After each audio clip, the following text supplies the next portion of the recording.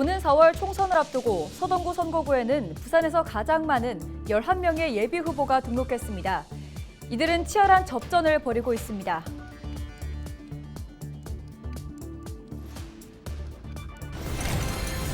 불이 나고 집안으로 연기가 들어오면 급하게 외부로 대피하다 피해가 더 커질 수도 있습니다. 화재 상황별로 대응 방법을 알아봤습니다.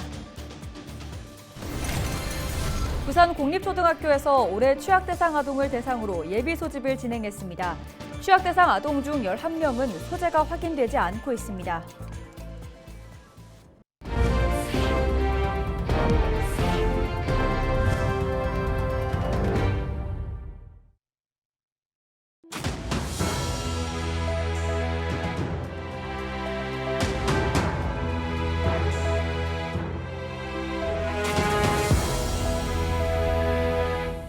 시청자 여러분 안녕하십니까? 헬로티비 부산 뉴스입니다. 4월 총선에 출사표를 던진 후보들을 만나보는 시간입니다. 오는 4월 총선을 앞두고 서동구 선거구에는 부산에서 가장 많은 11명의 예비후보가 등록해 치열한 접전을 벌이고 있습니다. 오늘부터 세 차례에 걸쳐 서동구 후보들을 집중적으로 소개해드리겠습니다. 보도에 김한식 기자입니다.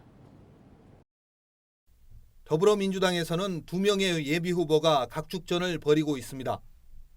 먼저 정치 신인인 정도영 생활경제연구소장, 국회 입법조사관 등을 거친 정 예비후보는 길거리에서 지역 주민들을 만나 민심을 들으며 얼굴 알리기에 집중하고 있습니다. 정 예비후보는 옛 부산의 중심인 서동구의 자부심을 회복하는 것이 가장 우선돼야 한다고 말합니다.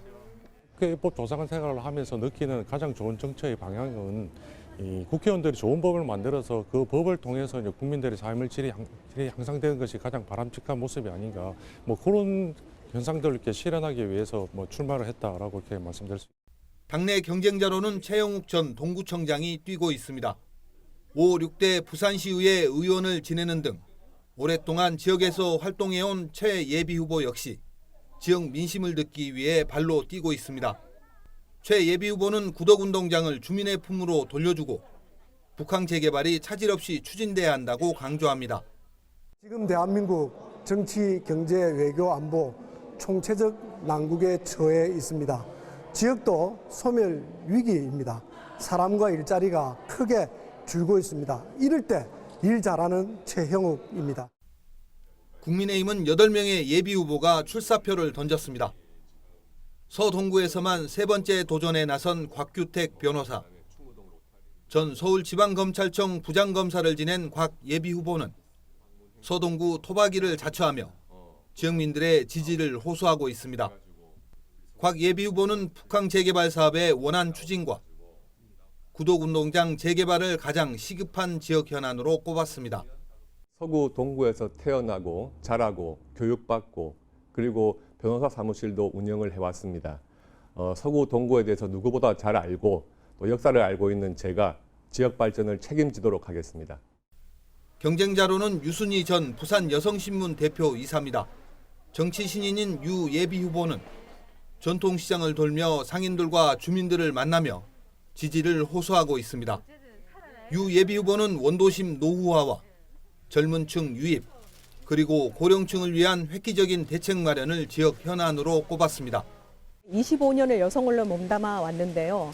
워킹맘으로 살아오면서 일하는 여성들의 고충을 누구보다 잘 알고 있고 또 여성 인구 비율이 많은데 노인 문제는 곧 여성의 문제이기도 합니다. 이러한 현실적인 문제들을 정책 기반의 역할을 하고 싶어서 출마했습니다. 오는 4월 총선, 본선 티켓을 놓고 벌이는 경쟁은 더욱 치열해질 것으로 보입니다. 헬로티비 뉴스 김한식입니다. 서구 동구 선거구의 다른 예비 후보들은 다음 시간에 이어서 만나보겠습니다. 다음 소식입니다. 부산 지역 공립 298개 초등학교에서 진행한 올해 취약대상 아동 예비 소집 결과 93.9%의 참석률을 보였습니다.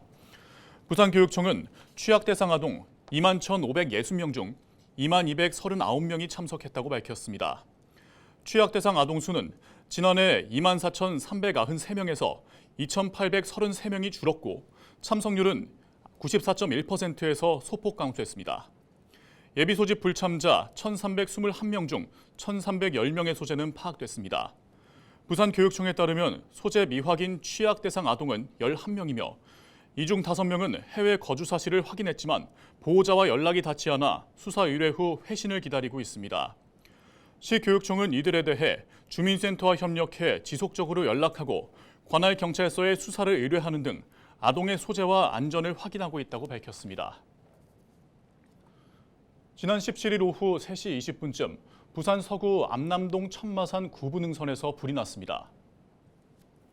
불은 잡목 등 임야 100제곱미터를 태운 뒤 1시간여 만에 진화됐습니다. 불이 나자 헬기와 소방차 등 장비 31대와 인력 140여 명이 긴급 투입됐습니다. 소방당국은 정상 부근에서 불꽃과 연기가 보인다는 신고 내용을 토대로 정확한 화재 원인을 조사하고 있습니다. 부산의 전세 사기 피해자들이 유명무실한 부산시의 대책과 피해자 간담회를 거절하는 박형준 부산시장을 규탄하고 나섰습니다.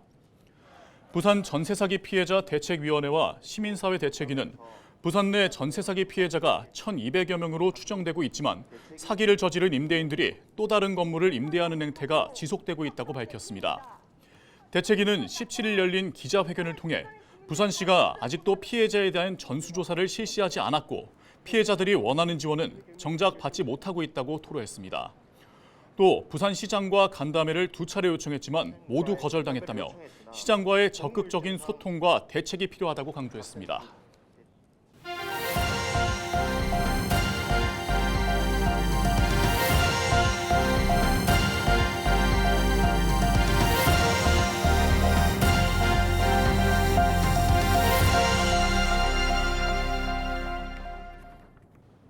겨울철 아파트 화재가 잇따르고 있습니다. 불이 나고 집 안으로 연기가 들어오면 일단 밖으로 대피하려고 하실 텐데요. 상황에 따라 오히려 피해를 더 키울 수도 있습니다. 그렇다면 어떻게 대응하는 것이 좋은지 실험을 통해 알아봤습니다. 안수민 기자가 보도합니다. 지난 성탄절 서울시 도봉구의 한 아파트. 아파트 3층에서 불이 났는데 4층에 살던 30대 A씨와 10층에 살던 30대 B씨가 사망했습니다. A씨는 딸을 안고 밖으로 뛰어내린 뒤 머리를 다쳐 목숨을 잃었고 B씨는 계단에서 숨진 채 발견됐습니다. 모두 대피를 하는 과정에서 발생한 피해입니다. 최근 10년간 부산에서 발생한 아파트 화재는 4,600여 건, 54명이 목숨을 잃고 379명이 다쳤습니다. 화재의 90% 이상은 다른 집으로 번지지 않고 꺼졌습니다. 큰 인명피해가 발생하지 않을 수 있는 상황이라는 의미입니다. 하지만 대다수의 피해는 갑작스러운 화재에 우왕좌왕하다 무리한 대피로 발생했습니다. 아파트에서 불이 났을 때 무작정 집 밖으로 나가기보다 내가 처한 상황에 따라 적절한 대피 방법을 선택하는 것이 중요한 이유입니다. 실제 아파트 화재 상황을 실험해봤습니다. 현관문을 열어둔 1층 집 내부에 불을 점화하자 연기가 급속도로 퍼져나갑니다. 약 5분 뒤 4층 복도의 산소 농도는 16.5%로 떨어집니다. 맥박과 호흡수가 증가하고 세밀한 근육 작업이 어려운 수준입니다. 이산화탄소 농도와 일산화탄소 농도는 사망에 이를 수 있는 수준으로 치솟습니다. 반면 불이 난 집의 현관문이 닫힌 경우 5분이 지나도 4층까지 연기가 거의 확산되지 않았습니다. 이 때문에 집 내부에서 화재가 발생하면 출입문을 닫고 밖으로 대피하는 것이 중요합니다. 집 현관문 쪽에서 불이 났거나 혹은 다른 집에서 난 불로 집 안으로 연기가 들어오는 경우에는 무리해서 밖으로 대피하기보다 불이나 연기와 먼 곳에서 구조대를 기다리는 것이 오히려 안전합니다. 불꽃이나 연기들이 올라오고 있는 상황에서는 무리하게 대피하면 그는 제가 생각에는 거의 바로 사망을 한다고 보죠. 방화문의 안전조치를 우선적으로 하시고 다음에 그것도 못 믿으시면 그 반대 방향에 있는 방으로 들어가셔가지고 젖은 수건이라든지 테이프를 이용해서 안전조치를 하시게 되면은 분명히 소방관이 올 때까지는 충분히 만일의 상황에 대비해 집 내부 대피 경로와 시설, 공간은 미리미리 숙지해 주는 것도 안전을 지키는 방법입니다. 헬로티비 뉴스 안수민입니다. 올겨울에도 어김없이 김해 화포천 습지에 반가운 손님이 찾아왔습니다. 천연기념물이자 멸종위기 야생생물 2급인 독수리떼인데요. 오랜 비행 끝에 화포천을 찾은 독수리들은 과연 무엇을 먹으며 겨울을 날까요? 권정숙 기자가 현장에 다녀왔습니다. 김해 화포천 습지를 찾은 독수리 400여 마리가 늠름한 위용을 자랑합니다. 하지만 죽은 동물의 사체만 먹는 습성 때문에 자칫 굶어 죽을 수 있습니다.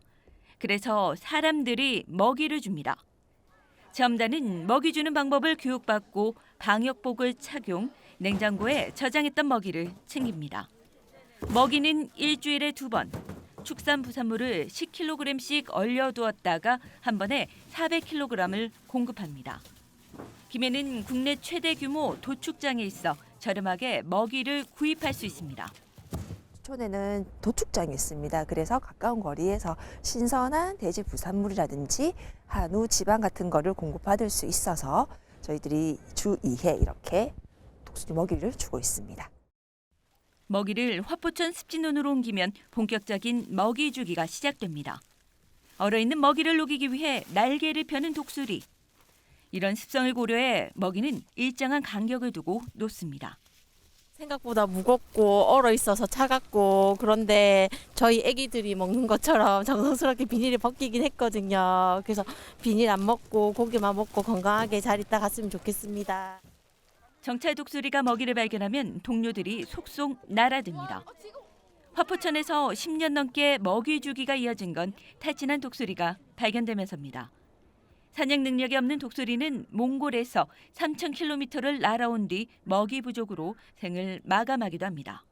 먹이를 주는 이유는 저희들이 독수리 생각하면 이글을 생각하시는데 이글이 아니고 벌저 종류고요.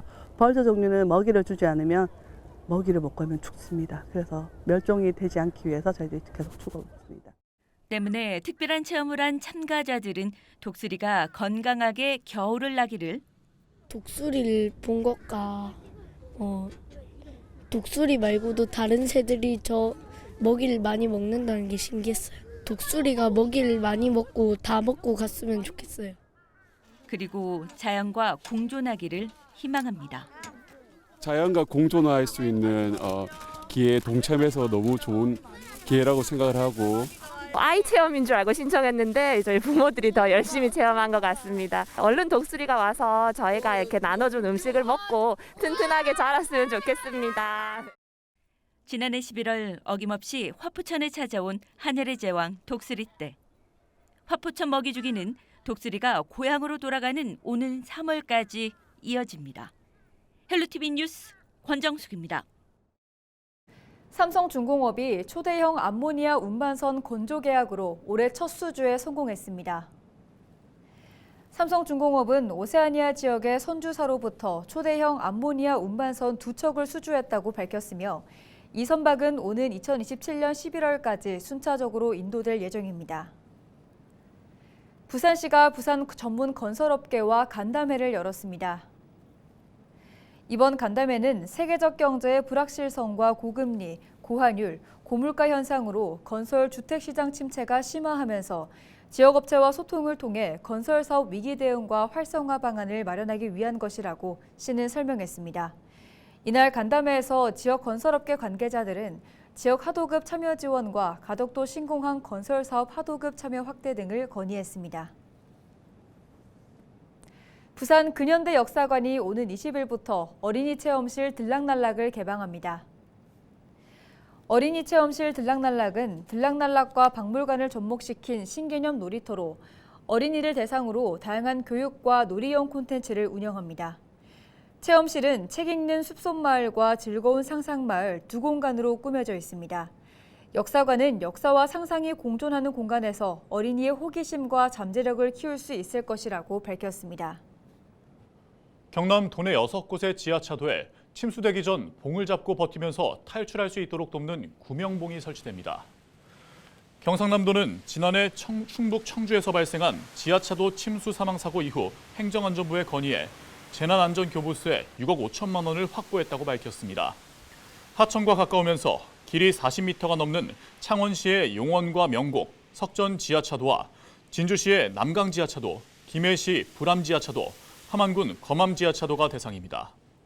경남도는 지하차도 바닥에서부터 4m까지 1m 지점마다 구명봉 4개를 설치하고 옹벽 구간에 위로 올라갈 수 있는 비상사다리도 설치할 계획입니다.